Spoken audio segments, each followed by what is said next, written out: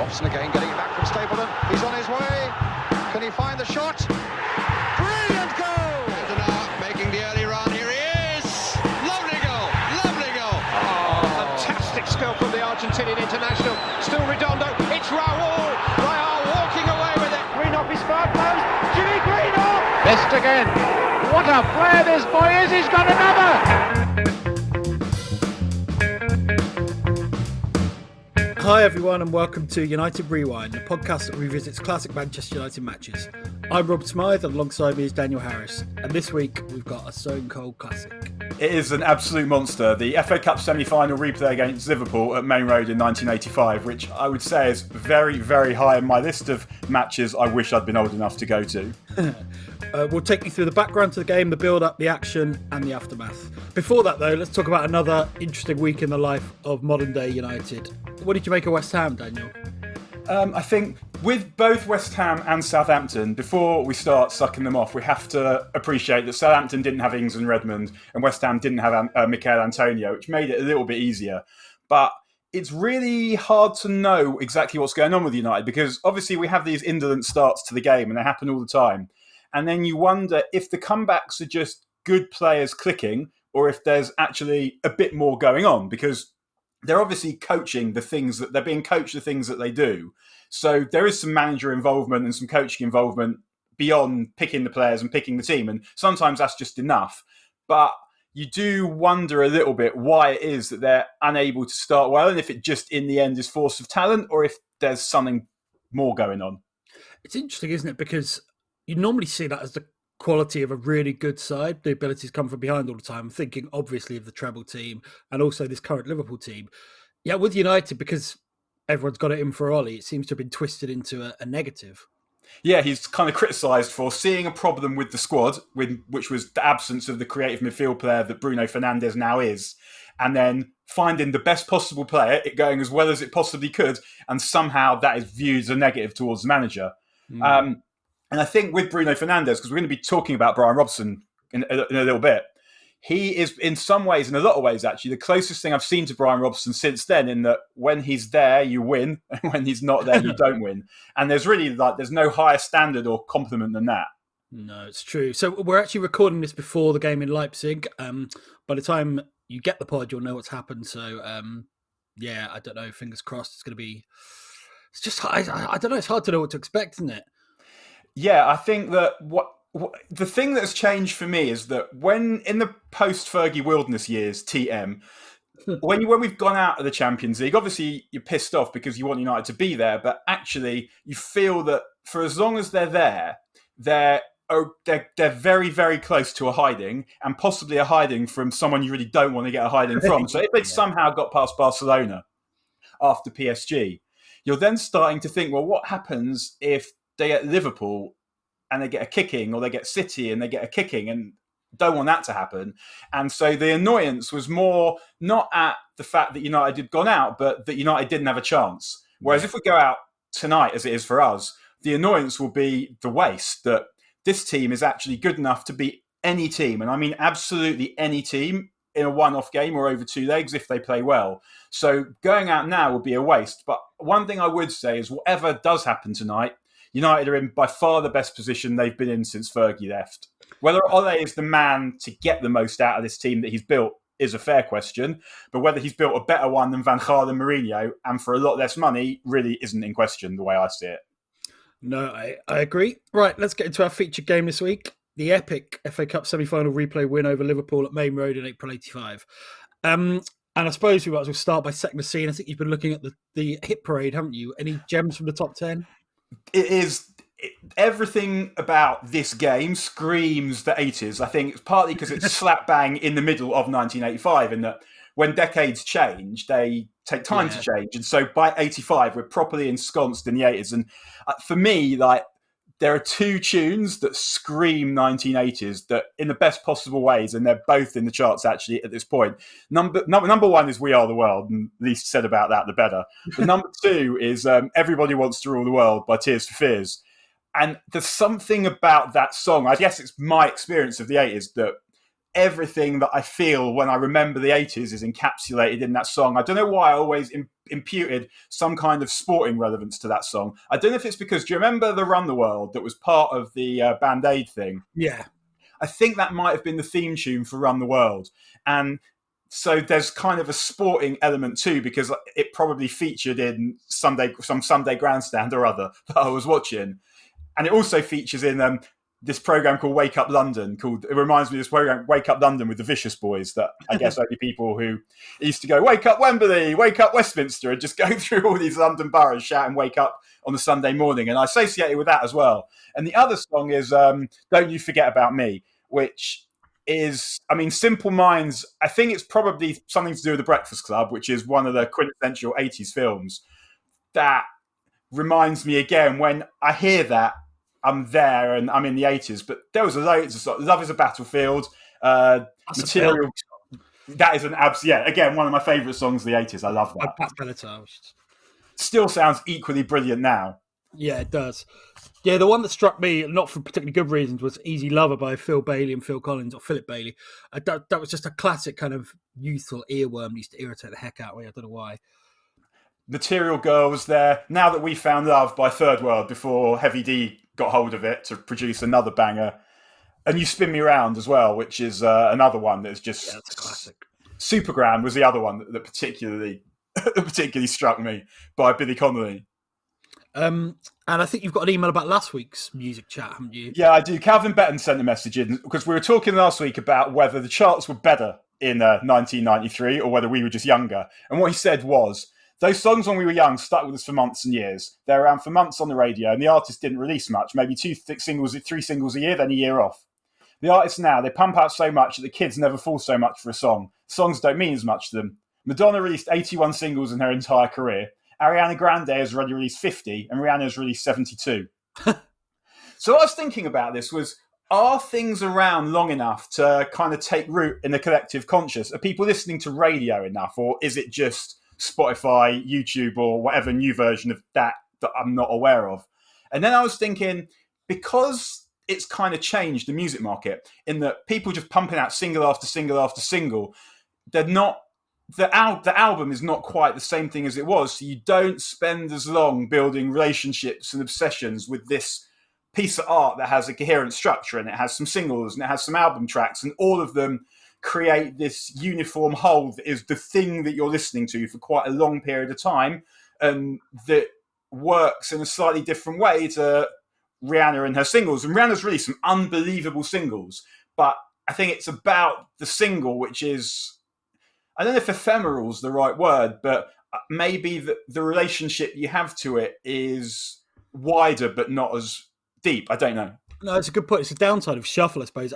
Because I've become really conscious of this, and I've downloaded an app called, I think it's called Smart Shuffle. But anyway, basically it shuffles albums and then plays them in order, so you can do obviously playlists, which is really good actually. It's reminding me of the pleasure of listening to, like you say, a coherent piece of work, and also just some of the classics from well, not so much 1985, but maybe the 90s.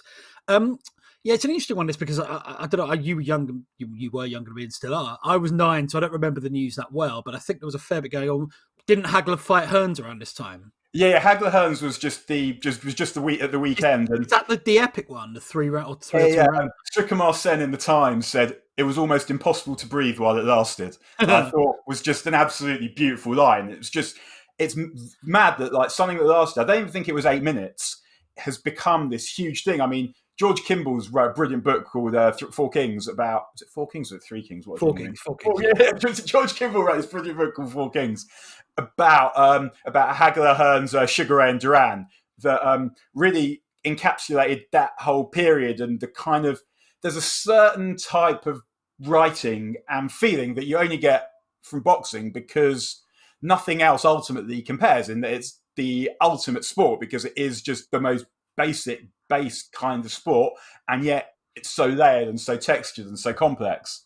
And one of the other things that really struck me was in one of the headlines in the Times was talking about Mrs. Thatcher, and it's just that whole nation of bootlickers thing that you see perpetuating now, the way that you're supposed to respect people who don't respect you if they're widely considered to be your superior. It reminded me a little bit of, because the Crown is kind of in the news at the moment, of the government telling the Crown that they have to say that it's not true. When you think about the thing, this is a work of fiction, you think about the things the government says that is not true, and where people's lines of morality are. I just this morning watched a video of Mac Hancock pretending to cry on national television. Really? Yeah, he was speaking to an old guy who was explaining the difficulty of corona, and it's not 100% clear whether he's laughing and then decides to pretend to cry, or whether he is legit pretending to cry. I think it's the latter, but honestly, I couldn't be sure.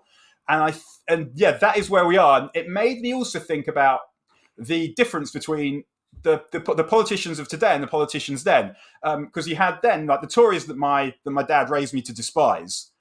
They at least they had some intellectual gravitas. They had some presence, and you knew what they stood for. You might have despised what they stood for, but it was really easy to pin down who they were and what they represented and what that was. Whereas what we get now is we have a bunch of shapeshifters who will say anything, provided it perpetuates their own power and their own influence. And I think politically, that seems to me anyway to be the biggest change that we've seen. Although I also saw that in the Times, Jack Straw was writing about whether socialists should travel first class, eat smoked salmon, all right for the Times, and drink champagne. It's just like, we really haven't progressed that much, have we? Shapeshifters is a very good word. Yeah, didn't Mrs. Thatcher call Neil Kinnock gutless for not condemning the miners' strike? Yeah, I mean, it's. I mean, on this day, not just generally. Oh, it was on this day. I mean, I don't exactly remember April the 17th, 1985. But I guess the other thing that happened was the other thing I found unfeasibly depressing was an article about the Arabs and the Israelis being ready to make peace. And that was just like, I literally sat there at my desk with my head in my hands. Just like, man, yeah. I was thinking of that line you said about Hagel Hearns at the Times. It was impossible to draw. What was it? It's impossible to draw a breath while it was going on. Well, I was going to say anyway, it's a perfect. You could almost use it for these two semi-finals. Like, the one thing that really struck me actually is how just relentless they were, even by the standards of the day. So going into the first game, it was kind of, for United anyway, it was a last chance for a trophy, wasn't it? Because Everton were kind of over the hill in the league. I think they were something like 4 points clear with 3 games in hand, I think, and it was obvious the league was going one way. Liverpool was still in the European Cup and had pretty much qualified for the final. They won the first leg against Panathinaikos in the semi, I think 4-0, which kind of... Yeah, it's just unbelievable to get to play Panathinaikos. I mean, I guess United did get Schalke once, but to get to play Panathinaikos in the European semi, having played Austria Vienna in the quarter. But United had also won at Anfield just a few weeks later in a game that was very, very lively, shall we say. Yeah. And United's cup run had actually been fairly sedate. Like, they'd hammered Bournemouth, they'd revenge hammering of Bournemouth in the third round, then they'd beaten Coventry. Then there was a Friday night special against Blackburn that was one of those things that they thought would be a difficult game, but they won that quite comfortably. And then the quarterfinal was against West Ham. I remember this one quite well because I think it was either the day after or the day before my birthday. So I had the usual football party, and then we all came back to ours, and where you would usually have hot dogs and chips and watch a film or some cartoons, we watched United West Ham. I think I was probably the only person who was interested in that. But yeah, that was one of when Norman Whiteside scored a hat-trick in that one. He'd only just moved into midfield. He moved into midfield when he came on as a sub, I think, against Arsenal in February and scored an absolutely brilliant goal. And Remy Moses was injured, so he stayed in midfield. But the other thing that had happened was United had gone to the trouble of getting to the UEFA Cup quarterfinals, only to lose on penalties to Videoton. I know. And it reminded me of on the old Redishy message board, there was someone whose login was the bus to Videoton, and just mind absolutely boggles at that thought.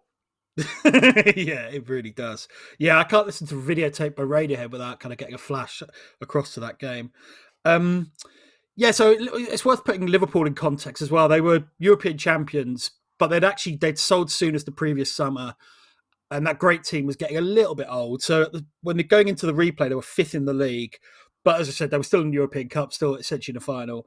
And they were still fucking Liverpool, basically. So it was the biggest games at that point in English football, even more so probably than ever at Liverpool, despite the fact Everton were going for the league. Yeah, I think that the hatred really cannot be understated at that point. There was Yeah. a lot of anger in both cities, a lot of unemployment. They were both quite dark places. I remember getting taken to the Arndale Centre as a kid and feeling there was like a real sense of foreboding about it. And what happened with Liverpool was Liverpool absolutely hated Atkinson because he was kind of like the anti-Scouse. He was flash. Yeah. I mean, and they believed that he had no substance. And while they were busy picking up pots all over the place, United were getting all the coverage, and they were still viewed as the entertainers. I think Liverpool called them Hollywood FC.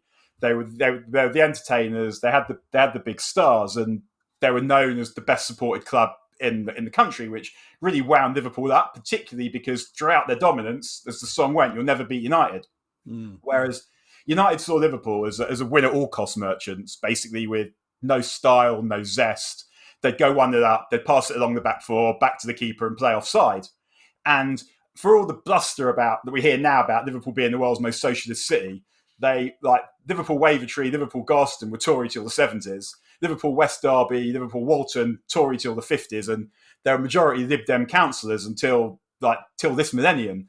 So there was that whole kind of dynamic of people that were extremely unhappy. And Liverpool hadn't won the cup since 74, and United had beaten them in 77. And I think what you also get in those days, when United played Liverpool in a cup semi, the only places that could hold them would either be Goodison or Maine Road.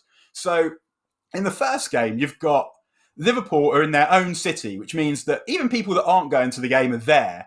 And there's that sense of ownership of you're coming to ours. And then in the ground, you've got the Gladys Street end is full of Liverpool. And similarly, it's the other way around at Maine Road, where you've got United, and it's just a very different thing because it becomes much more territorial than now. You've got everyone trooping to Wembley, or even when United play Leeds, like the game wouldn't be in Manchester or Leeds, it would be at Hillsborough or wherever, or Burndon Park.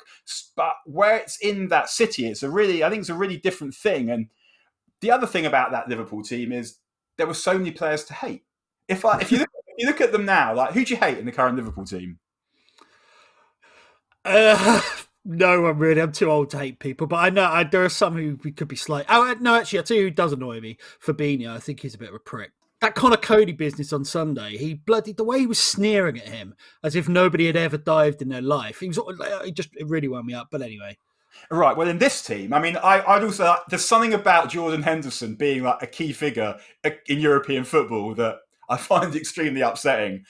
But as a bloke, he's probably all right. Yeah. I think Whereas if you look at these, you've got Lawrenson with his blonde highlights and his mustache.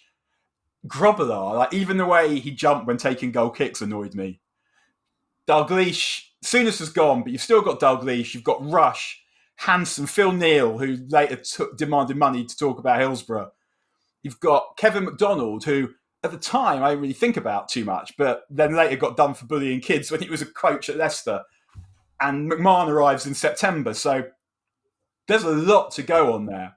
And when I was tweeting and on this day about the final game in 1997 a while ago, and Peter Boyle, a United fan, tweeted back saying, along with the first game at Goodison, that final game is the one where he remembers the most violence he's ever seen at football. And then yesterday, Elliot Mortimer on Twitter says to me, he can still taste the hate in the air.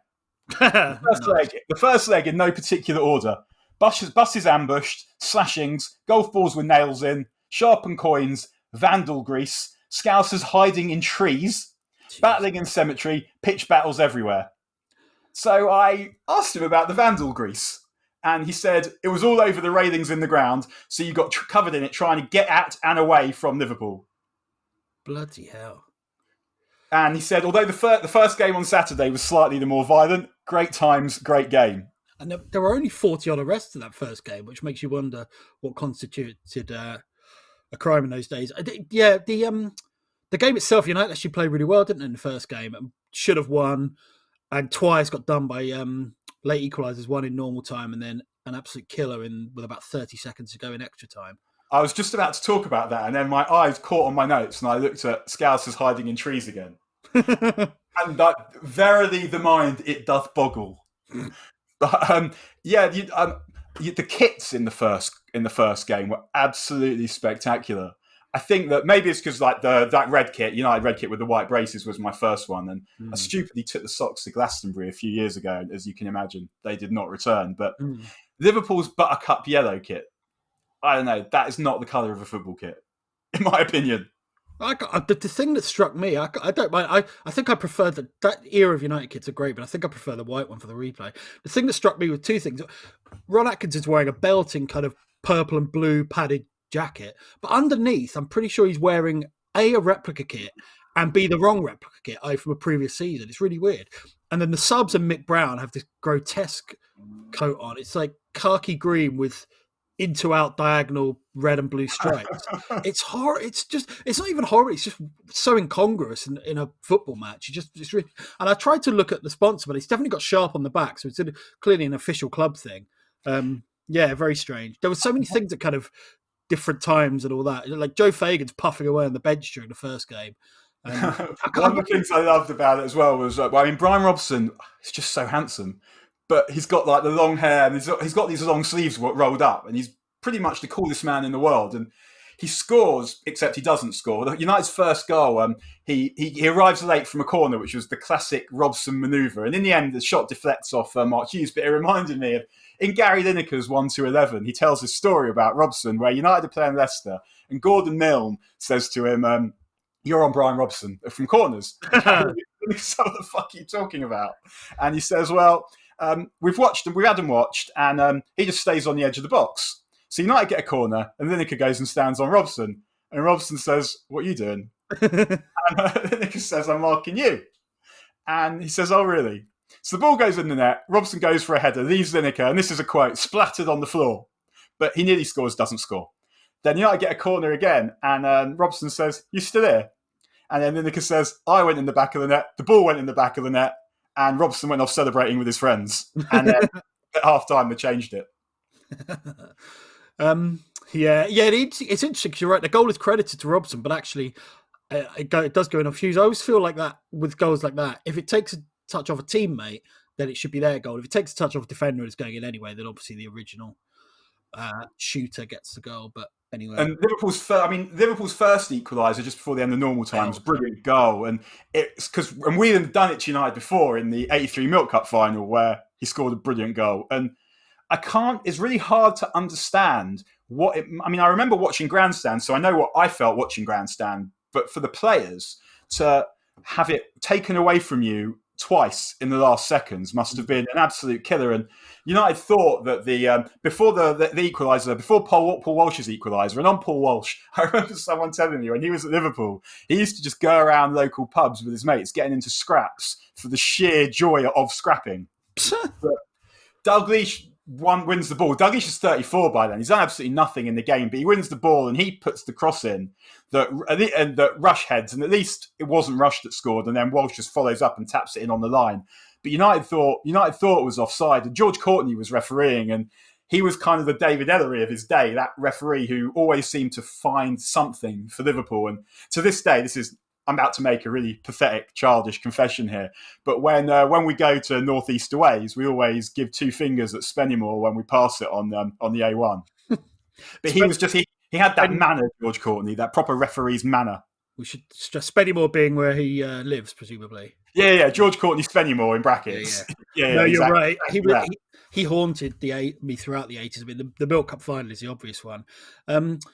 Yeah, it's a good point about the equalisers, not just because it was Liverpool and they were kind of like the horror movie villain you couldn't kill off, but also because Atkinson's United were getting a serious reputation, weren't they, for spunking leads. Then earlier in the season, they had those two games when they lost back-to-back away games, 3-2 at Sunderland and Forest, having been 2-0 up. So, yeah, you must have been seriously demoralised. You could actually see at the end of the game, the players walking up the tunnel. United players are properly head down. Whelan's all jaunty, sort of not waving to the camera, but sort of, I don't know, just, looking at the camera with a big smile. So, it does make you admire their mental strength, really, to go over all that. And also, it was a quick turnaround in those days. What would it be, 3.5 days to the replay? Yeah, Warren has messaged us about the replay. He said, went to both games in '85, was 10 years old, sat in Liverpool then for the 2-2, which was an experience. For the replay, was in the main stand at Maine Road. Told my dad I was going to buy a programme and we'll meet him back in the seat.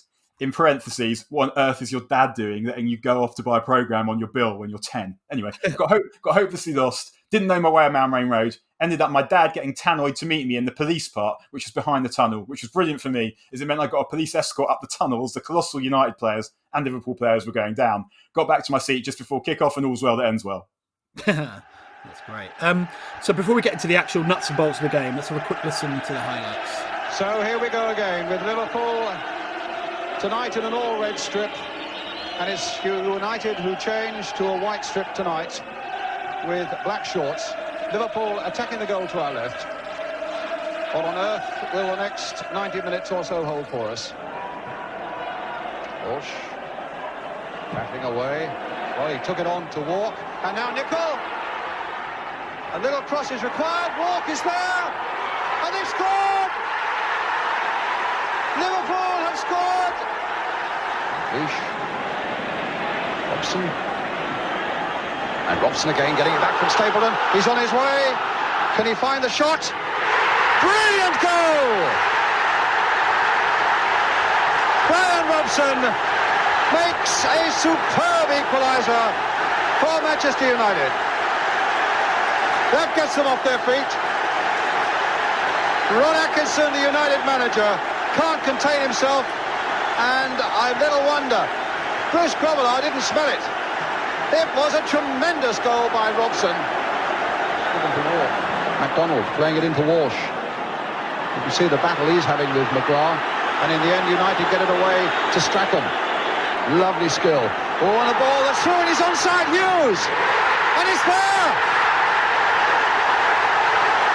Liverpool looking hard at the linesman. They felt he was offside, and I must say there looked a suspicion of it to me, but the flag stayed down, and United are in the lead. United, I think, Ron Atkinson sensing, in spite of all that urgency to get out, that it's just about all over. Another look at the referee's watch. Those brilliant strikes by Robson and Hughes in the second half look as though they've taken Manchester United to Wembley again. Again, a look at the watch. Manchester United go to Wembley. They've beaten Liverpool by 2 goals to 1 after another brilliant semi-final. And after being a goal down with an own goal by Paul McGrath, those magnificent strikes, particularly by Robson and then by Hughes, takes them back to Wembley again. Jesus, I could listen to that forever. It's just sensational, isn't it? It's just, commentary is so good. During lockdown, I started doing this when I'd be working. I would be playing, I'd be working and I'd be having like the listen-alongs or the watch-alongs in the background, just listening to commentary, just made me feel happy. And then I progressed to, I'd be driving along in the car and I'd just stick a United game on YouTube. This is appalling. I can't believe I'm admitting this. I'd stick goals or United game on YouTube and I just play them through my car stereo. And it's just like the words like, and it's there, or brilliant goal. They're just like, they get you going, they get the pulse working, and you're just like in a much better place to the place that you were in before, because you're remembering the goal, you're remembering everything you love in the world, you're remembering where you were at the time, being at the game, watching the game, whatever it is, and it's just all encapsulated in these words that become totally inseparable from the actual thing itself. It's so true. We'll come to the atmosphere later, but as you said at the start, I think if I could do a list of 5 games I wish I was at or been old enough to be at, that would be possibly number 1 even. So, yeah, the teams, it's worth mentioning, Liverpool were without Ian Rush for the second game, which on the face of it was a blow, but given his record against United, I don't know how much it was. He had a knee injury. United's team was the same as for the first game, same as it had been, I think, when they won at Anfield a couple of weeks earlier. So it's usual 4-4-2.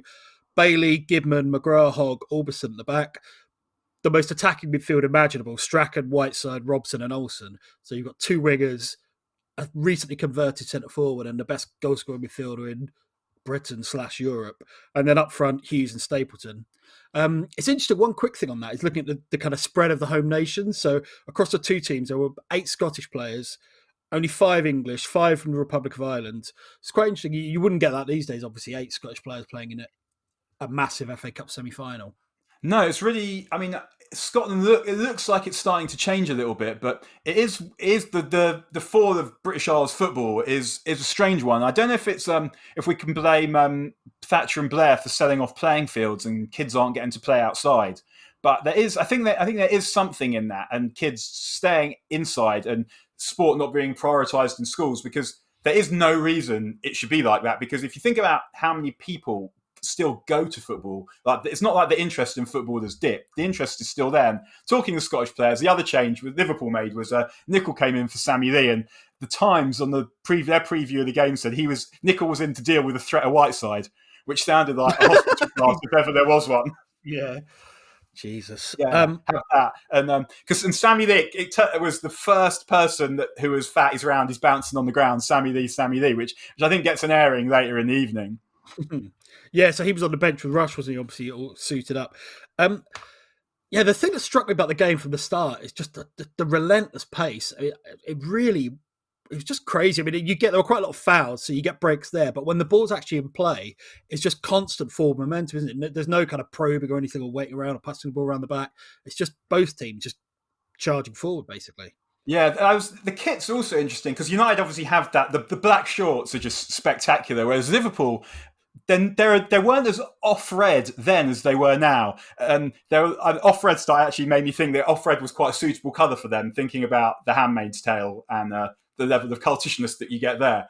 But the thing that's also beautiful about that game is when it gets to sort of April time and you have those games, those night games, they start and it's light and lovely, they get gradually darker, is just really, really special.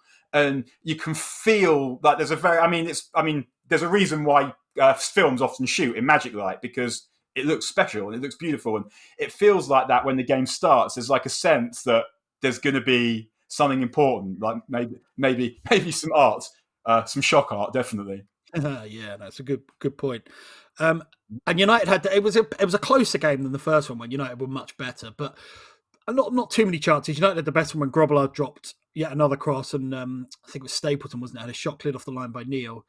How did Grobbelaar get away with it for so long? I know, but I was thinking this because he did obviously make some spectacular saves, but he cost them a hell of a lot. There was that game, I think it was CSK Sofia, when they went out of Europe, when he came wandering out of his goal, got nowhere near a cross, and they went out. He did cost them a lot. There's at least 5 times across the 2 legs when he comes. In his defence, the first game, it was incredibly windy, although you might think you'd adjust your approach accordingly and stay your line. But yeah, he could easily have cost them more often than he did. I would say, yeah, it's almost like he was hiding in plain sight. If you were to say to me, which goalkeeper do you think might be taking backhanders? It would be not hard to come to the conclusion that there was a very dodgy keeper at Liverpool, is what I would say. But it's almost as like it couldn't possibly be someone who made so many absurd errors. And then I was thinking, maybe when you have a really good team, maybe the kind of goalkeeper you want is someone who does the spectacular. Because I was thinking about United's great keepers. And then, when we had Schmeichel played behind a defence that was good. It wasn't a great defence. It was a good defence. And so at that point, you needed a goalkeeper who was able to do the spectacular stuff because there was a lot of call for him to do it. Whereas if you look at Van der Sar, I can only remember one brilliant game that Van der Sar had for United. And it was Fulham away when Ronaldo scores at the end, when they would have lost that game without him. But otherwise, Van der Sar basically, he dropped hardly any bollocks, but he saved everything he thought he should save. And behind the brilliant defence, that was enough. And then I was thinking, so maybe Grobbelaar, behind that Liverpool defence, who they played quite a defensive style anyway, and they had good defenders, maybe what they wanted was someone who could do something ludicrous when the defence were beaten, rather than just someone solid, because the defence could kind of deal with most of those threats. I don't know. Yeah, it's interesting. There's a comparison with Bartes, I guess. Certainly in his first season, Bartes worked brilliantly because of that. Because he would often not have much to do for 80 minutes and then he'd suddenly make a spectacular save. Obviously, it all went completely wrong after that. But I think it's a fair point. It's interesting watching it back. The commentator uses the phrase fast and furious. It feels like every 2 minutes. And it really was that. There was some interesting tackles. What stood out to you? Which tackles? One of the things I enjoyed was, I've got a note, 29 minutes, Robbo in ref's ear again, where he's basically using his England captain privileges to referee the game. And he sort of passed them on to Shearer, who passed them on to John Terry.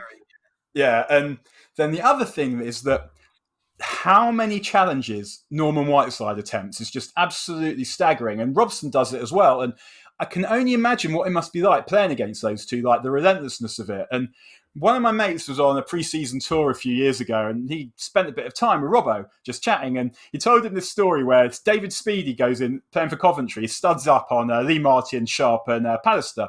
And Pallister needs stitches. So the next time he gets the ball, Robbo volleys him so hard he has to be carried off. So he turns around and says to Trevor Peake, "Don't worry, there's plenty left for you." Then you see Speedy in the tunnel afterwards and says, "Next time, straight to hospital."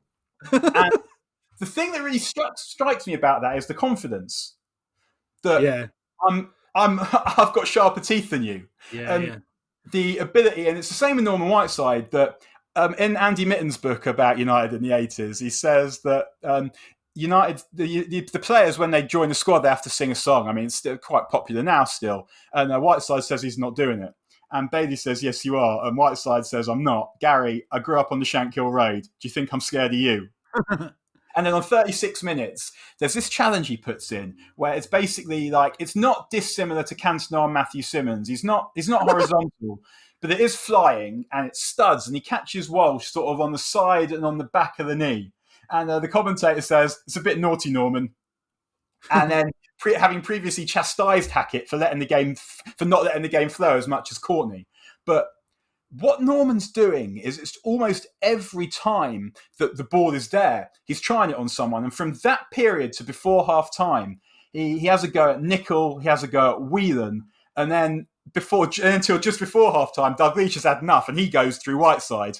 And that's a bad tackle, that. Yeah, really... Whiteside takes the ball out of the air like Berbatov. And bang, Dalglish hits him. Boots him up in the air from behind. Yeah, it's Whiteside. I mean, at this stage, he's 19 or maybe just turned 20.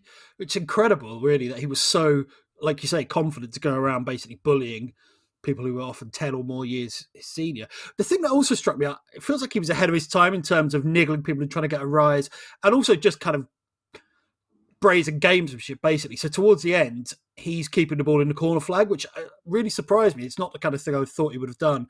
But actually, and then you don't kind of associate with that era, but actually it kind of makes sense in the context of his physical excesses beforehand, I guess. And it's kind of, it got me thinking, fucking hell, sound like Carrie Bradshaw here. So here comes some simplistic profundity about the nature of heroes, because the heroes from that United team are Robbo, Norm and Hughes. And it's not, they were the best players in the team, but it wasn't really that, because I think it's to do with the way that they competed. The people, there's this thing, like we always say as supporters, he competes like I would, like I'd run around for 90 minutes, I'd give everything. To which the response is, no, you wouldn't. No, you wouldn't, yeah. He competes like I'd like to. Yeah, I imagine I would compete. And I think that the most obvious sign of that is when you watch a fight and you see a fighter gas. And that is how you know that you wouldn't do that. You wouldn't run like a lunatic, because when you see someone get in the ring or the cage, where if you're not fit, you will be getting knees, elbows, fists, shins to the face. If you're not fit enough, it's a tribute to human laziness, really, that people still turn up and they do that. You would not run for 90 minutes if you play for Manchester United. But the people that do are the people that are supporters you buzz off. And with those guys, what you had embodied in those three was you had that, and you also had unbelievable talent. Because if you were to, one of the things that strikes me about this Liverpool team is, as individuals, they're not that good. No, it's quite prosaic, isn't it?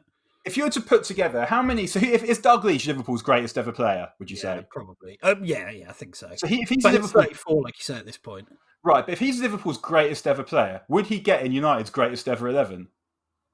Yeah, I think so. Instead of who? Well, I mean, I'm playing best and Ronaldo up front. Best and Ronaldo? Not United's 11 now. Of course, I mean... No, I know. I'm just thinking best up front when you have him wide. But anyway, well, maybe. I mean, it depends where you put people. But I don't know. I think that's a bit of a stretch to say Liverpool's best player wouldn't get United's best team, personally. I mean... I think because okay, let me put it another way. You could find a very easy way of not picking him. That's true. You could easily have Dennis Law instead of him. Yeah, no, that's a fair point, and that's probably not true of Ronaldo if you go the other way. If you take him as United's best ever player, Well, yeah, because he's one that United's best players ever are some of the greatest players in history, and I don't think we can say that about Liverpool's best players ever. Which, yeah, that's an interesting point, and maybe it ties in slightly with the whole the kind of contrasting styles we were talking about earlier. United being kind of seen as Hollywood FC and all that. Well, they used to always refer to the Liverpool machine, Yeah, which I think was a compliment and an insult. Well, actually, you look at, and I know this isn't the best Liverpool team. I mean, for example, Molby hadn't integrated properly, but you look at the midfield and it's not that great. Steve Nicol was a brilliant right back, but I'm not sure he's the greatest right winger. Then you've got a midfield of Kevin McDonald and John Walker. I mean, Johnny Walker, as Motton always called him, was a really good goal scorer, but again, he's not exactly Souness. And Roddy Whelan, a fine player on the left, but again, not exactly, I don't know, a world beater. So yeah, it's interesting. Whereas United, you actually look, it was more expansive, but also I think it was a tougher team as well. They had a lot of little players on the wings, particularly obviously Strachan and Olsen, but the spine was brutal. You think McGrath and Hogg. I mean, Hogg was bloody tough. Obviously Robson, Whiteside, Stapleton, and Hughes. They properly went after Olsen as well in the first half. Yeah, they did all game really, and there was the whole shit about him diving, which I was surprised by how strong the RT commentator was on it. Most of the time, I don't think he was diving, to be honest. In fact, all the time, I didn't see a single dive. Maybe he, didn't have a stiffened upper lip as some players, but he still was being kicked like a hell of a lot. There was also just on half time, you hold the whole Liverpool then going, Atkinson, shut your mouth, Atkinson, shut your mouth, which I love. And then obviously it effortlessly segued into a Munich 58. But Atkinson, shut your mouth just was like, I don't know why, I really enjoyed that. The atmosphere was absolutely bonkers the whole game, really. We should talk about that, I don't know, maybe after the United's first goal, because that's when it feels like it peaked. So Liverpool went ahead 39th minute, I think, through a Paul McGrath goal. It was kind of not particularly against the run of play, but not particularly with it either. Nicol did quite well. Albiston dived in, went past him, stood up across. McGrath under pressure from Walk headed it across Bailey. It's not clear what McGrath was trying to do. No, I agree. Don't know. Do you think he's so distracted? Because the annoying thing about this goal, actually, is that McGrath had an absolute stormer in the first game, barely gave Rush a sniff, and has a really good game in this one as well. So, yeah, it was a bit cruel at that point in time. It's strange. I think he's so distracted by Walk that he just almost forgets to do something when he gets to the ball. He's so concentrated on trying to win it. I think he found himself in a position where he had to do something and there wasn't actually anything he could do apart from what he did. Yeah, and maybe, if you get a bit more on it, it goes over the bar, I suppose. Maybe that. But you're right. It wasn't a shocker or anything. It was just a slightly strange own goal. He had to do something, like you say. And probably Liverpool's top scorer that season with 24 goals. Yeah, actually, I was going to say there's a couple of Liverpool players who Atkinson was really keen on signing. Walk is one. Mark Lawrenson is the other. He thought he got Lawrenson when he first took over at United, but Liverpool gazumped him. There was a huge moment pretty much straight after the goal, wasn't there? Walk, again, playing centre mid, but actually playing along, getting forward a hell of a lot. Puts Nicol in and he drives like this far wide, but it was a great chance. I think, actually, if you look, some of the Liverpool players are starting to run over to celebrate before he shoots, and then it just whistles wide. But that was kind of the turning point in the game, I guess. Yeah, it was. And I mean, it was also very like what Walk sort of handles the ball away from Hogg in it's really cunning style. And one of the things that I thought that he did. That's interesting. I didn't, but anyway. And it not reminded me, but a lot of the fouls in this game that are so nails, you don't realise what's gone on until you see him again. Like the level of surreptitiousness is extremely impressive when you consider, especially when you're talking about like proper assaults, that you have to look at them a couple of times to be, that's what he's done. Like not the Dalglish one, but the Norman one on Nicol. And there's another one later on in the game. I think it's Walsh that Walsh puts in, and McDonald puts one in right at the end on Olsen, where it's like, okay, that is like, how long do you think, if you put these tackles in now, how long do you think you get banned for? I don't know, but I do know that like you're talking probably at least 6 to 8 red cards, I would say, in this game. But the interesting thing is there is pretty much no reaction from the players.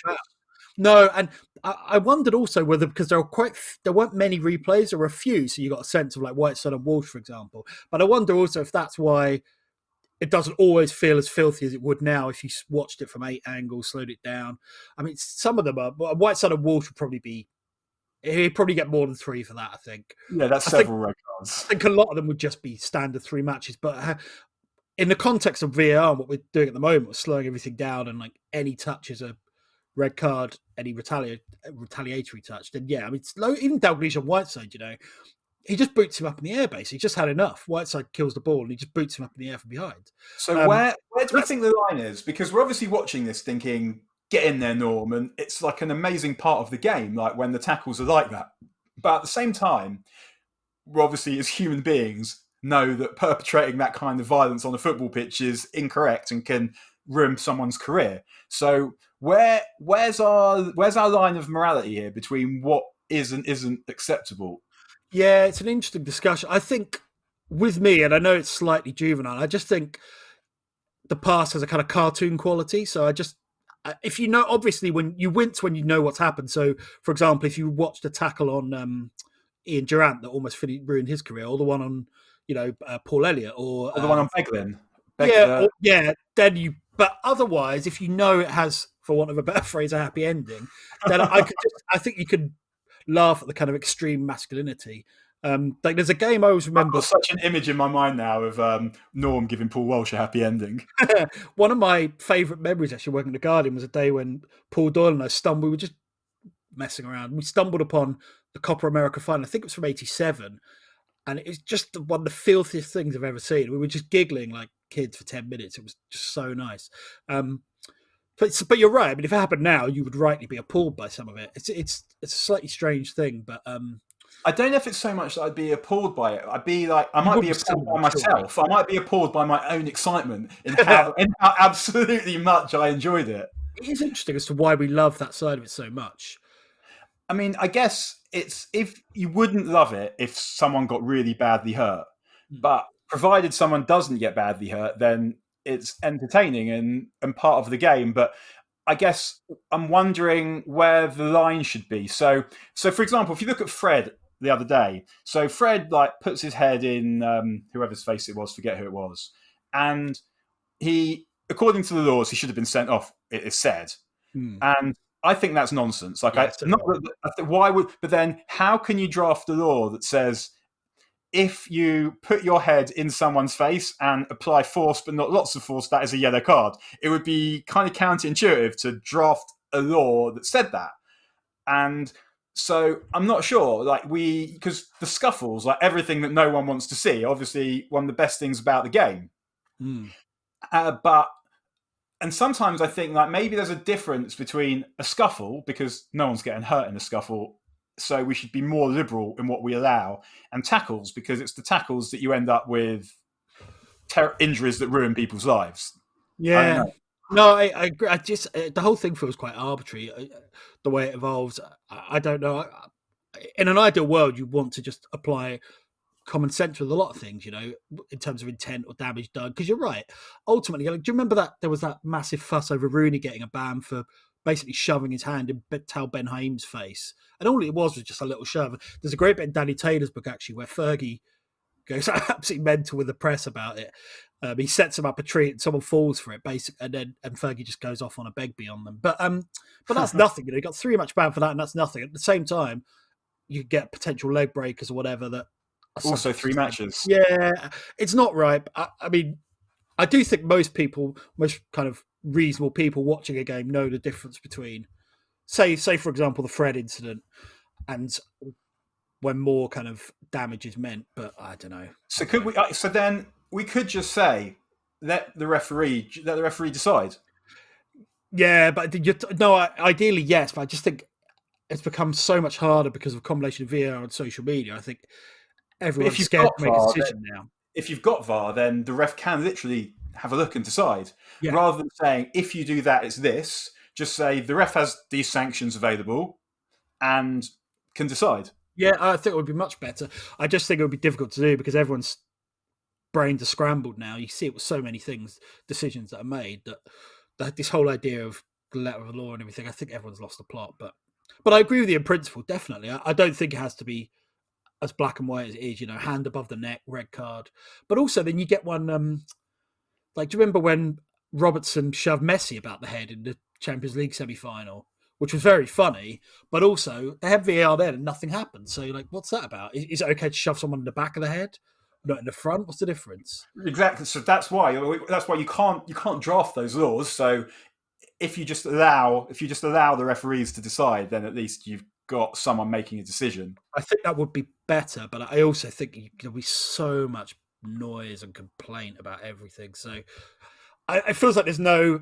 I was thinking that. Imagine if Twitter existed during this game. There'd be petitions and MPs and actors from Brookside offering out all sorts of people. Yeah, well, yeah. White. I can just imagine Whiteside trending pretty much during every United game ever played, certainly on TV. Yeah. So half time. It's interesting. Sort of jumping ahead to Robson's post-match interview, he says at half time we just knew that we'd done it before against Arsenal in '83. They were 1-0 down at half time, came back to win 2-1. We just knew we had to do it again. He sort of leaves the rest unsaid, which is that they didn't do it again. He did it again. Yeah, I mean, what I love about this is the goal comes 73 seconds into the second half, and there's still time for Norm to have a go at someone. He has a shy at McDonald just before.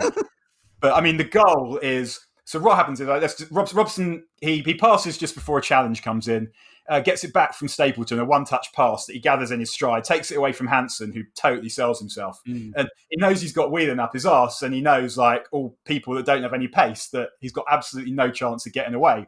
So he lashes it, high pass Grobbelaar with his left foot, and he's on his way. Can you find the shot? Brilliant goal, says Brian Moore, in like just one of those great pieces of commentary where it reminded me a bit of... I remember when Oasis played Maine Road, I went on the second night, and Liam Gallagher kind of, sort of about after an hour, his voice gets hoarse, and it just makes it better. And it's a bit like that with Moore. Like he's done a lot of working up to it. And then what I love about Brian Moore is also he's a minimalist. Like he doesn't go wild unless he has to, so that he's always got somewhere to go. And I heard I read something Mike Costello did talking about how he does it, where saying you've always got to have somewhere to go because you don't know what's coming next. And Moore has saved this. Yeah, it's an excellent point. Costello's the best commentator around there. Yeah, you're right about the horse. That throaty growl of brilliant goal is so good. Yeah, I think Robson says this is his favourite goal, certainly for United. It's just fantastic. I mean, obviously Barcelona. Well, it's interesting actually. Just on Robson quickly, we all think of his career highlight as being Barcelona, and he agrees, but he says it's the '91 final. He thinks that was his best ever performance, not the '84 Cup Winners' Cup game. But that's an aside. Yeah, it's just the ultimate Robson moment, isn't it? It's the ultimate almost, like, it's a moment that it's so perfect and so ideal that it almost seems unbelievable. Like, of course, that man did that at that moment, like when Maradona scores against England or Ronaldo scores the header against Chelsea in the European Cup final, where it's like the exact thing that bloke does. He's done it at this enormous moment in Excelsis that it almost sounds like you can't believe it. And it's also like I think it's a perfect 80s moment as well. Like it's right in the middle of the decade, the goal, the ground, the player, the haircut, the team, the opponents, the kits, the raw, just everything adds up to just the most unbelievable rush of fucking existence. It's properly spine tingling, isn't it? Even now, even as an old man, I was shivering a bit watching it. What I find interesting about Robson is he scored 5 semi-final goals in the FA Cup, if you include the one in the first game, which officially he did. 3 of them were properly, I'll sort this equalisers. But not just that they were equalisers, they were properly, I'll do this on my own pretty much. I think that's the kind of ultimate insight into his defiance and his character. Yeah, in 82-83, he scores in the Cup semi. Then he scores, obviously, in 83-84, he scores 2 against. He scores in the Charity Shield against Liverpool twice. And that was a big game. Obviously, it's a friendly, but it was a big game. And he scores in the 83 final twice in the replay as well. Then he scores 2 against Barca. He gets injured. He misses both Juventus games. He misses the defeat to the United lose that semi. He misses the defeat to Notts County. He misses a draw with Watford, a draw with West Ham, and the league's gone. Yeah. And in 85-86, he's fit for the opening run. He scores in the derby, gets injured as it starts going wrong. He comes back, scores against West Ham, does the shoulder again. United lose, season gone. 87-88, he's injured when they go out the cup at Arsenal, comes back to score twice in the comeback at Anfield. 89-90, the first cup game he's fit for is the semi. He scores, and then he scores again in the final. It's unbelievable, really. The other thing, and I totally agree, the other thing, even in his kind of career dotage, 91-92, I mean, I know there are a lot of factors and reasons United didn't win the league, but one of the biggest is him getting injured. If you actually look at their performance with him in that season, it's night and day. Even at that age, even at 35, 36, Yeah, it's just ridiculous how He's a weird paradox because he's indestructible. Yeah, but exactly. he's also destructible. He's the indestructible who somehow all these things happen to him. Yet he's just like one of his best performances actually for England in Euro '88 against Holland. Yeah, he's brilliant. He basically takes them on his own, and he does a pretty good job of it for an hour. That's another one, isn't it? That goal. It's another. I'll sort this. It's quite similar to the Liverpool goal without the explosive finish, but the same 1-2, basically surging through. And you just can't stop him. And I remember listening to the radio once, and Terry Butcher Dele Alli was playing. It was really early in Dele Alli's career, and the commentator says to Terry Butcher, "There's something about the Bryan Robsons in Dele Alli," and Terry Butcher goes, "Dead serious. There's only one Bryan Robson." Yeah, there's a great yarn about Robbo in Lee Sharp's book that I should read because it's good. It says the reason you can see that was Alex Ferguson's attitude is because one of the biggest drinkers at the time, an awesome drinker. Like, what a description! An awesome drinker, not under any circumstances to be kept pace with, was the manager's great warrior and standard bearer, Bryan Robson. Robbo was king of everything at United at that time. There are occasions when you start drinking in an afternoon or evening, then drink all night. I've seen him carry on through, have a champagne breakfast, then go on into the next day drinking, even go up to the evening and have another night out on the piss. Throughout, he mostly just chats away, doesn't look like it's touched him. He might get a bit glassy-eyed, slur his words, but that was usually all. Then, the next day, Bryan Robson would be in training in his kit right at the front of the group, running around Littleton Road, sprinting as fast as anyone, usually the best player on the pitch in a five-a-side, covering every braid of glass, Captain Marvel. That's lovely. It's interesting. Pretty much everyone who played with him, and certainly everyone who managed him, they're just kind of openly in love with him, aren't they? I found a great quote in Ferguson's autobiography where he says, it would have been impossible for any manager to avoid thinking of him as a hero. He was a miracle of commitment, a human marvel who could push himself beyond every imaginable limit on the field. And he just embodies, and you're right about the 80s as well. He embodies what a hero was at that time, and probably should always be. But it's just, I would love to have watched more at kind of older age and seen him more regularly in his absolute pomp. Yeah, I think that's the same because, I was too young for his really early 80s pomp, I think. And by the time he was still kind of at the tail end of his peak in the mid-80s, I could obviously see that he was good, and I could look at the results and know that we won when we played, and we didn't win when he didn't play. But in terms, obviously, your understanding of things, it changes. And he seems like a slightly different captain to Roy Keane in some ways because they're very similar players.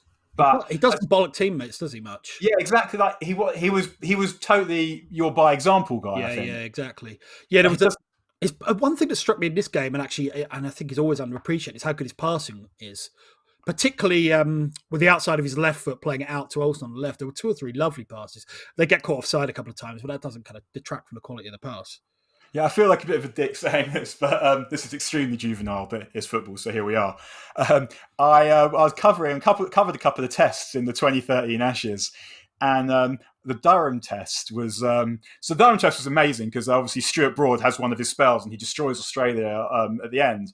But probably my favourite moment of that is just like driving up to the ground. Obviously just covering a test match is an amazing experience because you just sit there getting high watching cricket all day and getting paid, which is phenomenal. But driving up to the ground before the game and I realised I'm in Chester Street. And it felt like the realisation of an ambition to pay homage to Chester Street. Is just, I felt like, because Bryan Robson, as a kid, I used to tell my dad and my mum that I used to complain that they called me Daniel. Why didn't they call me Brian? And then he was kind of like my first hero. And I remember when I did a book on the treble season, I just had this entry where, because I did it in chronological order, because I just had to write it really fast and didn't really have options other than doing it the simplest way possible. But there's one line where I've written something like, and then it was the 11th of January, which was Bryan Robson's birthday. And it just felt like it was necessary to include that because Bryan Robson was just like, he was the embodiment of my childhood. And I always felt like the moment that marked the end of my childhood was was when he scores against Wimbledon in the last day, 92-93, because you've got this guy who's toiled and slaved his whole life for this goal that you don't think he's going to reach. And it was basically the whole of my childhood. So the whole of my childhood, United are crap mainly. They win a couple of cups. And I've got my dad telling me about the Busby Babes and Bessel and Charlton and complaining that my United team aren't anywhere near as good as his United team. And then we were stood at Selhurst Park together, and Robson goes through, and he hasn't scored, and we clutch each other as you do when you think a goal might be coming. And Robson scores, and in my mind at least, it's kind of I was 14, and it represents the end of my childhood and the start of my teenage years. Is that Bryan Robson goal where my childhood hero attains his lifetime goal, his lifetime mission, and then we move on to something else, and I move on to something else, just looking at football and the world slightly differently after that. But I had a hamster called Robbo. You will not be surprised to tell you he didn't last very long. So he got replaced by Sparky, who was a lot more. Sparky was a girl, a lot more aggressive and a lot more robust than Robbo. Yeah. One quick thing on Robbo in this game also, it's interesting that his role had evolved. So he talks after the game that his shooting hadn't been great. And this season, because particularly after Remy Moses got injured, which was kind of the beginning of the end of his career, and Whiteside went back, Robson plays a lot more. It's not a holding role, obviously, but he's probably the most disciplined of the midfielders. And yet he's still capable of basically thinking, sod this, I'll sort this out, and scoring such an outrageously good goal. There was a lovely tweet, and I wish I could remember who did it a few weeks ago, basically saying all this stuff about DMC, AMC, MC, number 8s, number 6. We used to have one man who did the lot, Bryan Robson. And it's so true, though. Yeah, you were just a midfield player. You played in the middle of the field. Yeah. But he scored 12. That was his 12th goal of the season, which is still pretty good. And the point you made earlier about how attacking United's midfield was you're right. But it's quite common in those days. But they also, they both didn't mind the tackle. No, that's true. So Robson did score goals, but he wouldn't just be scratching his arse when the other team attacked. His role had definitely changed. No, it's interesting because the previous season they played almost a diamond at times, didn't they? With Muir and Robson at the point when he got a shitload of goals. Obviously, then they bought Olsen and Strachan, so the team changes, and then Moses gets injured, it changes again. But you're right. I mean, attacking midfields were quite common in those days. I always think back to Italia 90 and England's midfield three were Chris Waddle, Paul Gascoigne, and David Platt. You'd look at that now and think it was tactically anarchic almost, but actually it was just quite normal then, and everyone did their share of work. Because it wasn't. I mean, it was like Italia 90 was quite a lot about tactics, but ultimately it was still about players. Yeah, and there wasn't this idea that you could override talent and mentality with tactics and coaching, which you more or less can't. So if you look at who got to the final of Italia 90, it was the team that had Maradona, and it was the team that had the best players, one of which was Mateus. Yeah, and that had the best mentality. And the reason why England changed their formation, but in the end, it was all in service of the talent. It was what's the best way of hiding the fact that the defence isn't that good and getting the most out of Paul Gascoigne. Yeah, and Barnes and Waddle, at least in theory. Now, let's talk about the winning goal. Another thing of beauty. Yeah, I mean, what happens is Strachan wins space and he checks inside McDonald, and then he plays a through ball to Hughes. And one of my favourite bits of this goal is the way that Hughes rearranges his legs. Yeah, it's great, isn't it? Really underappreciated. And I remember, I think it was in the programme for the final, there was a picture of Hughes, I think from behind, and it says Mark Hughes shapes to score the winning goal. And shape is just so beautiful. He arches his back and he brings his foot back. And it's just exactly how you think it should look when you're going to do what he does. I do sort of wonder if Grobbelaar should have saved it. I don't know. But it's very well struck, though. Hard it is. And then it's just also the noise when the goal goes to Hughes. You're going to sort of... The crowd goes just absolutely wild. And there's that amazing photo that you see where Hughes looks like he's in supplication to the divine and Hanson's looking hangdog, head down behind him, which is just the perfect encapsulation of the moment of just the absolute unbridled joy of what Hughes has done and Hanson knowing he's been done again. And Hanson said it was 10 yards offside, which is... well, factually incorrect. But so Liverpool have caught United offside a hell of a lot during both games. They played a quite high line. And I thought about that, which I'd forgotten. I knew they played offside, but I'd forgotten how brazen it was. It's like it was, everyone associates it with George Graham's Arsenal, but this was pretty much the same. Because, so this is what I thought when I watched the first game. I thought that United's tactic was to try and get in behind Liverpool because they played such a high line. They always stepped up. And this, to me, was that tactic on both sides, the way Liverpool played it and the way United tried to exploit it coming home to roost. If you play offside, eventually, if the team is religious in trying to put it in behind, you'll get busted if you're playing a good team, because what we're asking the human eye to do is something that the human eye can't do. So even if it was offside, there will be one that is close that goes against you, and that was what happened there. Do you think it was objectively offside? I think it's so close, but I think actually, if you look, it's hard because they don't have obviously the angles right in line. I think if you look at it, I think Lawrence is just behind Hughes. In those days, level was offside, of course, but I mean, it's really, really tight. It's certainly not 10 yards offside, and it's certainly not clearly onside. But also, who cares? Yeah, exactly. And I mean, he is just another one of the big game players that United had. And it's kind of, sometimes you watch it and think, if only they'd have been a bit better at the small games. Yeah, so true. Yeah, I'd forgotten. Well, I hadn't forgotten, but even going into this game, they had been the likeliest challengers to Everton, or taken them the closest. Everton would eventually win the league a canter, but they still finished fourth. It felt like every year they were finishing fourth in a 2-horse race. I mean, we've elogised Bryan Robson. So do we think that if he'd have been less brilliant at boozing, he would have got injured less? I don't know. I mean, I don't think so. A lot of them are just impact injuries, aren't they? Everyone was boozing though. You look at read stories about Liverpool's 83-84 team who won a version of the treble, and they were just as bad. They were getting absolutely slaughtered the week before the European Cup final. Yeah, and the team that United play in the final, basically, when they beat Rapid Vienna to win the Cup Winners' Cup, and they go on a session that continues through till basically the Friday in celebration, and then they go and play a cup final the next day. But I mean, Frank Stapleton talks about it in Andy Mitten's book, where he looks back and is annoyed, and was annoyed at the time because he was living like a footballer, and the players that he played with were not. At that time, he wasn't living like a footballer, but yeah, I know what you mean.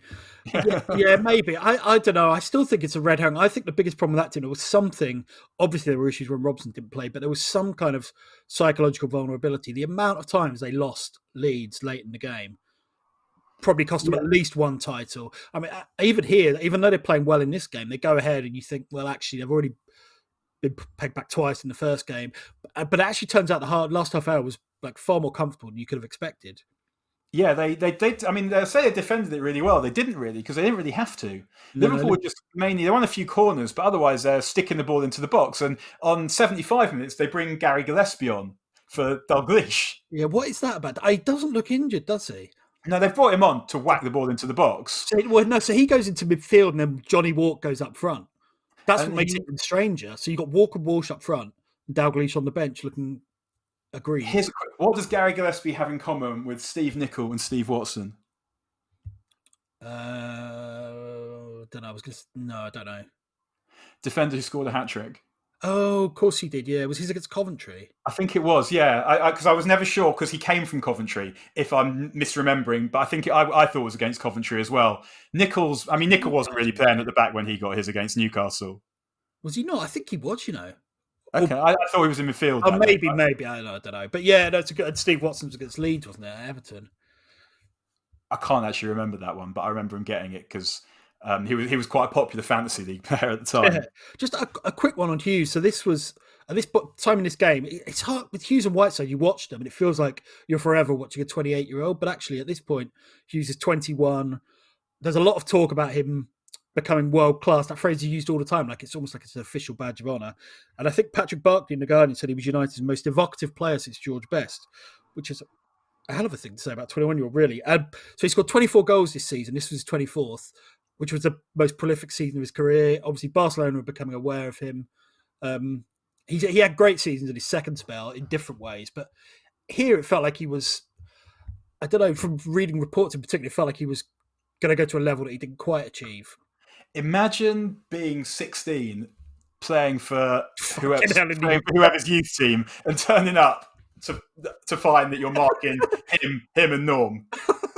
That's grotesque. Yeah, you're 16 basically. You're still like squeezing zits and like wiping your face with oxypads and waking up on crunchy sheets, and then you get up and you've got to mark proper grown-ass men. That's actually that's terrifying at any age, to be honest. I think the point about Hughes being a big game player is really important. He was so good, so reliable. I mean, where do you want to start? Barcelona, the Oldham volley, which sort of my all-time favourite United goals. He was just Brilliant.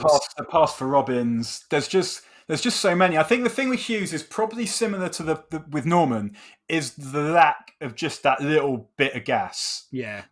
Stop, because if you're centre forward, then even whatever kind of centre forward you are, when the ball goes over the top or through the middle, you need to be able to outrun the defence. And Eric could do it. I posted the goal yesterday, and someone replied to me, a guy called Musa Okwonga, football writer called Musa Okwonga, replied to me saying, marvelling at Cantona's balance. And I replied saying, not fast, but fast enough. Yeah, exactly. And neither Hughes nor Whiteside were quite fast enough. They're both amazing players.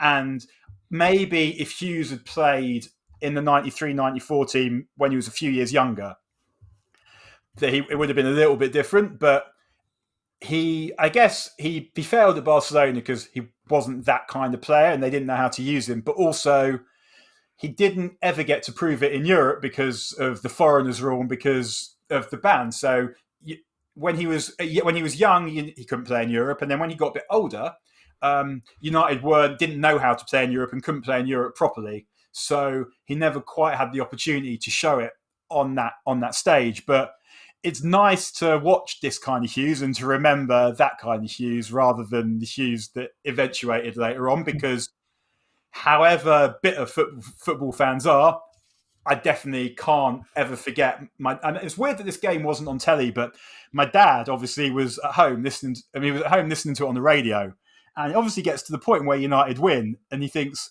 what am I going to do now? And what he's going to do now is he's going to come in and wake up his 6-year-old son to tell his 6-year-old son the United are in the cup final. And that's how I want to remember Mark Hughes. Yeah. No, and absolutely. I don't find it that difficult. And I understand why other people feel differently, but I don't find it that difficult to put Leslie into a bracket somewhere and to keep Mark for Mark. Same. It's like two different people.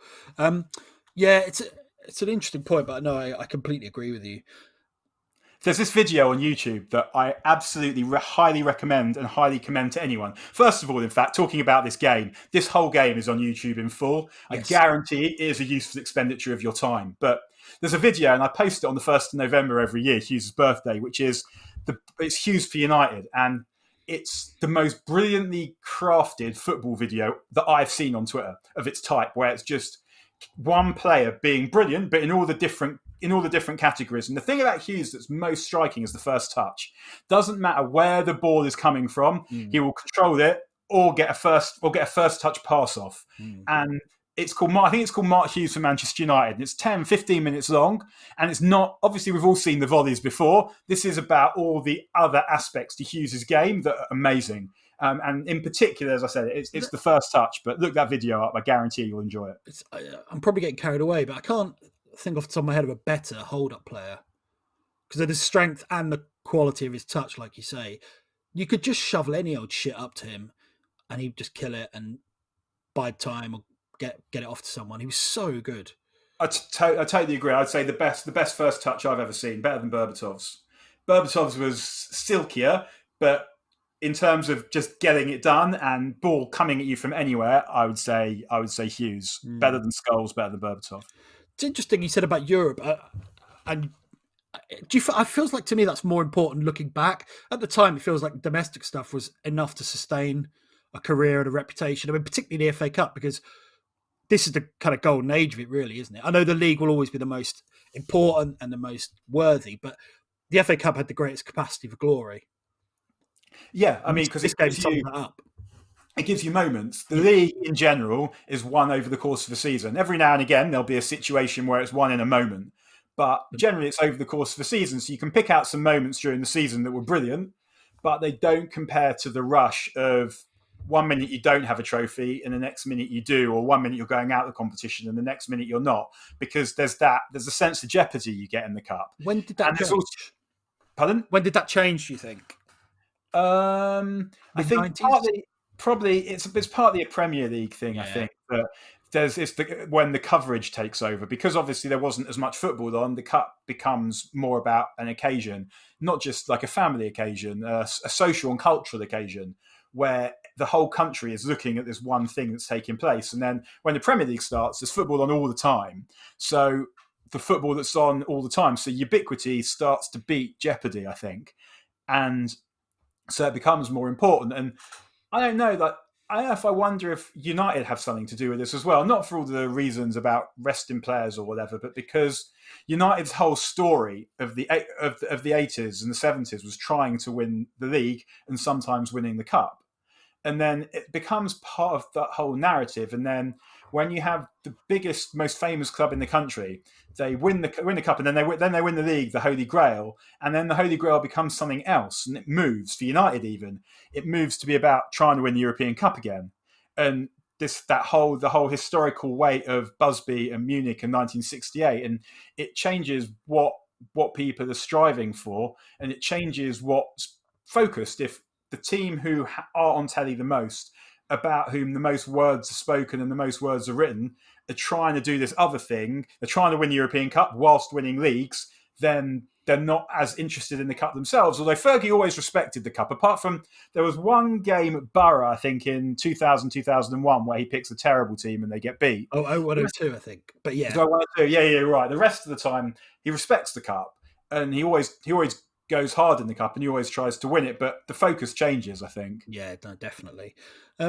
Yeah, you said that they held on pretty comfortably. Probably there weren't really. Bailey made one half decent save from Kevin McDonald, but probably the most notable thing, or the thing that I kind of stuck in my mind from the last half an hour, is right at the end, Liverpool start to lose it. McDonald puts Olsen up in the air, it's a grotesque tackle, and then rushes off the bench accusing Olsen of diving. And that's brilliant. Which is quite out of character for him as well, but they'd lost it with Olsen.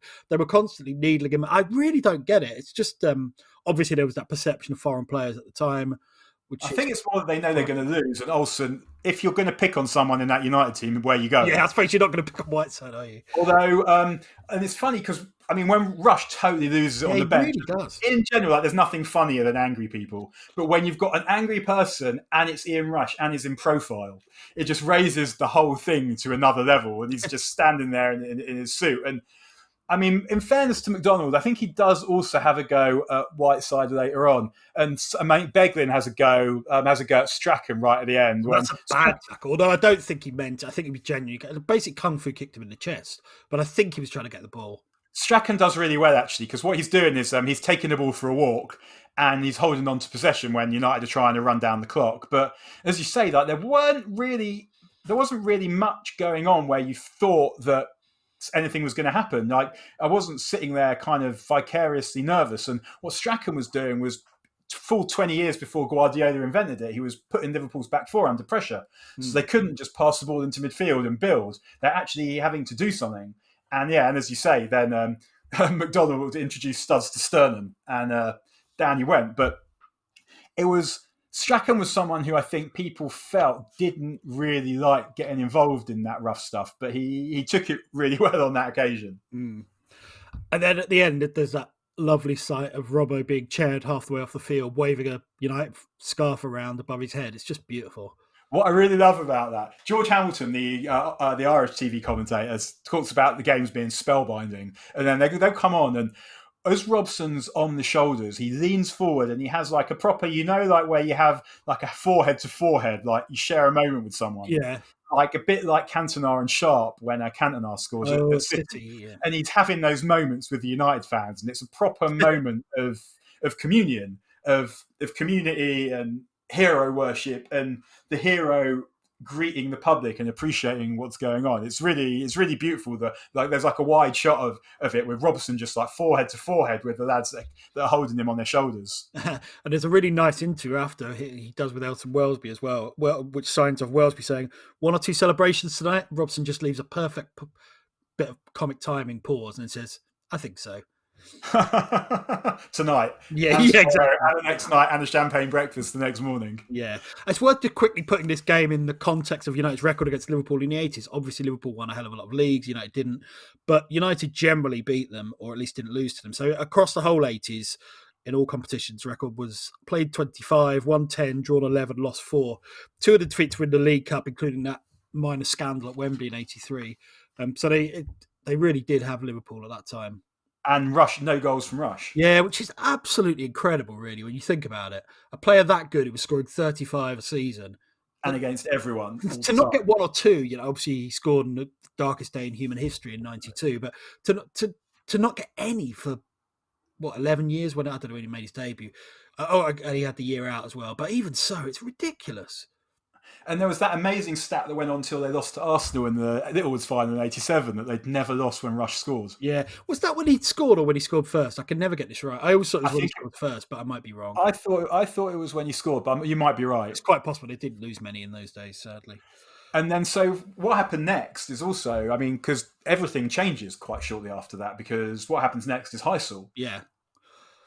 And that really changed the game, and the English clubs were out of Europe for 5 years. And I think for the first time, and the message obviously didn't come home, but people realised that going to football and being stood behind railings was dangerous, and being in places that weren't fit for purpose was dangerous. Because one of the things that struck me, particularly in the first game when Walsh equalises, is what's going on the terraces. You've got people climbing up the railings, and you just shudder at the thought of what is to come, which sort of brings us back to where we started with Thatcher and the government, where these things were happening in front of everyone's eyes, but instead it was kind of just used as part of the class war. Yeah, no, it's so true. It's actually quite... Yeah, it's scary, really. It was so obviously, you look back now and you see all the kind of signs of something that's serious is going to happen. And in a footballing sense, it's quite weird also to think about watching that Liverpool in those two games and think that team went on to win the double the next season. Because there wasn't any difference as well. Obviously, Moby came in. That was a big thing. And McMahon. Yeah. But yeah, no, you're right. I think they did look quite ordinary in midfield, and they looked a bit lost at times as well. I suppose even though he was rubbish against United, not having Rush only half fit in the first leg and not in the second leg doesn't help either. But you're right, you wouldn't see it. You would think that they're kind of on the way out. And they kind of were though, really, because 85-86 was an outlier in a way. 86-87 they were crap, and obviously then they changed the team completely. So they actually did incredibly well to get one last double or one last title, never mind a double out of them. Yeah, we see it again. They do it again in 1990 when they're really finished, and they do it again. We saw it with Fergie's teams as well when they managed to eke out 2011 and 2013 because they were just good enough to have a bit more know-how than everybody else. Yeah, no, I completely agree. And then obviously the next time United visit Anfield? CS Gas. Yeah, the Liverpool fans attack the coach with CS Gas. But it's absolutely mental. I don't understand how that game, even I understand now if it happened, if the game would be played. But even then, I didn't realise till I was reading about it this morning that apparently Atkinson had to change his team because a couple of players were so badly affected. I didn't realise that. He doesn't name them, but I think it was in Whiteside's book where he says it's the worst thing he's ever seen at a football ground. And if Whiteside's slightly spooked, then it's serious.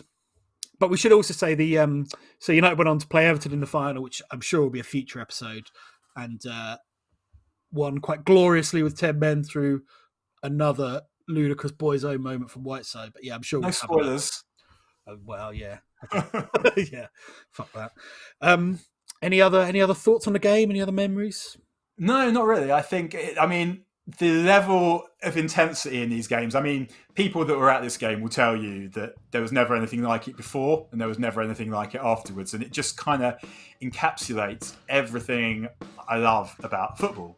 Just the noise, the atmosphere, the row, the hatred, the love, the brilliance, the rivalry, the violence, just absolutely everything, the community, the identity, just the history, the tradition, the heritage, just the passing on from father to son and to daughters and families, and just absolutely everything that there is to love about football is present in these two games. Yeah, amen to that. Well, thanks for listening today, and I hope you've enjoyed it. If you did, please do leave us a review, send it around your chat groups, and give us a rating in your podcast app. And if you've got a suggestion for a game you'd like us to cover in a future episode, or a great story you think we should include, send us an email to unitedrewind@gmail.com or tweet us at unitedrewind. Next week's game is a big and slightly depressing one. I've not got over this one. Yeah, I don't think I ever will. A 3-2 home defeat to Madrid in the Champions League in 2000. There's no question about that. Well done, Rob.